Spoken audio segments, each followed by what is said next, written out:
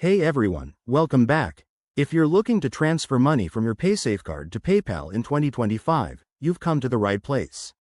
This process has gotten even smoother with the latest updates, making it a breeze for online transactions, shopping, or sending funds to friends. Whether you're a seasoned user or new to this, I'll walk you through it step by step, so you can do it confidently and quickly. First things first, let's talk about what you need. You'll require a verified Paysafecard account with a balance, a linked PayPal account, and a stable internet connection. Remember, Paysafecard doesn't directly transfer to PayPal, so we'll use a reliable intermediary method that's secure and widely recommended in 2025. Think of it as buying a digital voucher that converts to PayPal funds. Step 1. Log into your Paysafecard account on their official website or app.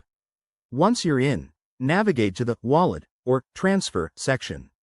Here, select the option to purchase a digital gift card or voucher that can be redeemed on platforms like PayPal. Step 2. Choose the amount you want to transfer. Make sure it matches your Paysafecard balance. In 2025, Paysafecard has integrated with third-party services, so look for a Convert to PayPal partner.